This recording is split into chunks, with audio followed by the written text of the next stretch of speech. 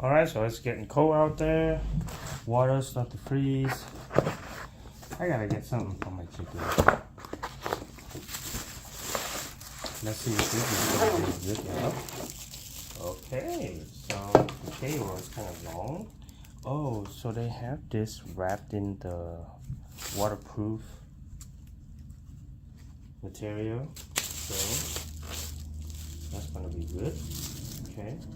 So you always want to elevate stuff like this one.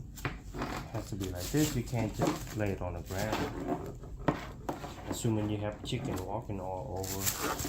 So look at this diameter. It's gonna fit most of your water container. So I use a 5-gallon container. This is gonna work really well. Okay.